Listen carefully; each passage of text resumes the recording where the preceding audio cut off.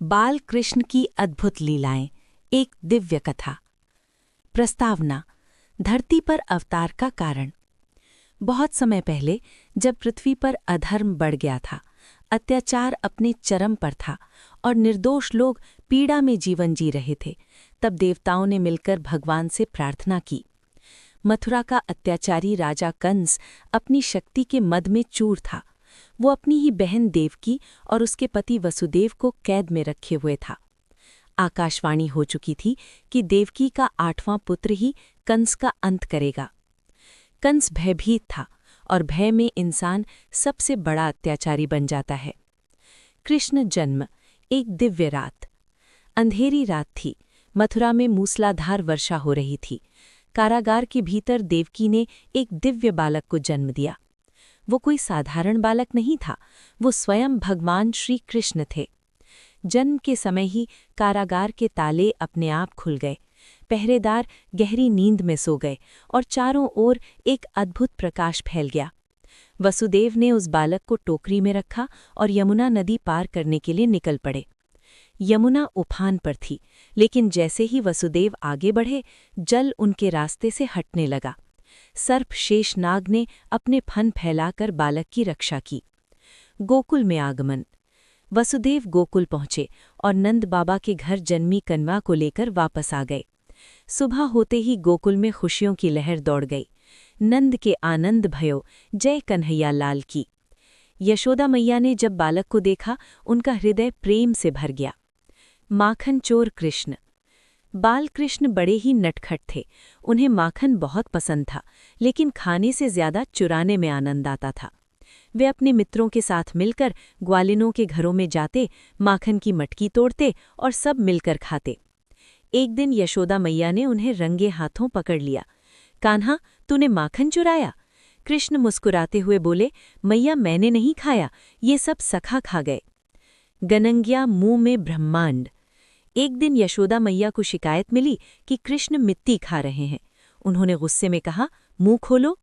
कृष्ण ने जैसे ही मुंह खोला, यशोदा मैया स्तब्ध रह गईं। उन्होंने उस छोटे से मुंह में पूरा ब्रह्मांड देखा, ग्रह, तारे, आकाश, पृथ्वी और खुद को भी।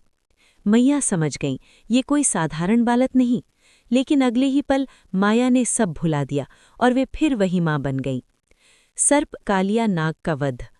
यमुना नदी में कालिया नाम का भयंकर नाग रहता था।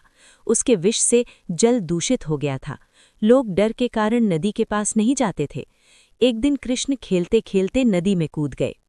नाग प्रकट हुआ और उसने कृष्ण को जकड़ लिया। गोकुल में हाहाकार मच गया, लेकिन तभी कृष्ण ने अपने आप को मुक्त किया और नाग के फनों पर चढ़कर नृत्य करने लगे। जल लहराने लगा, आकाश गूंज उठा। कालिया हार गया, उसने क्षमा मांगी। कृष्ण ने उसे जीवन दान दिया और कहा, ये स्थान छोड़ दो। पूतना वध। कंस ने कई राक्षसों को कृष्ण को मारने भेजा। उनमें से एक थी पूतना। वो सुंदर स्त्री का रूप धारण करके गोकुल आई और बालक कृष्ण को विष पिलाने लगी। लेकिन कृष्ण तो स्वयं मृत्यु के स्वामी थे।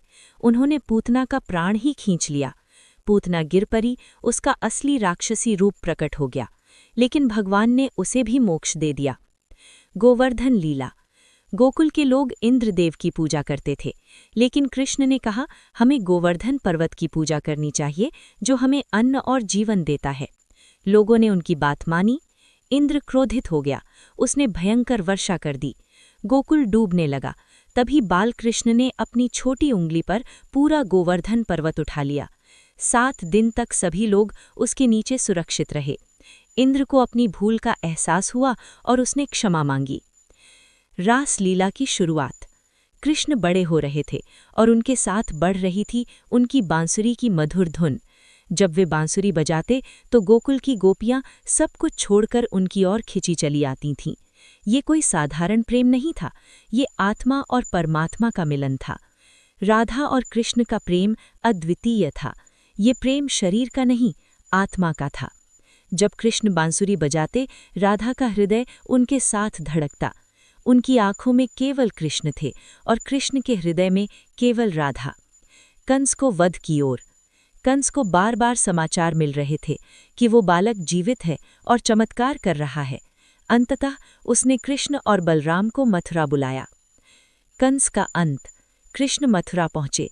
उन्होंने कंस के पहलवानों को पराजित किया और फिर कंस के सामने पहुंचे। कंस भय से कांप रहा था। कृष्ण ने उसे उसके सिंहासन से नीचे गिराया और उसका वध कर दिया। इस प्रकार अधर्म का अंत हुआ। समापन। बाल लीला का संदेश।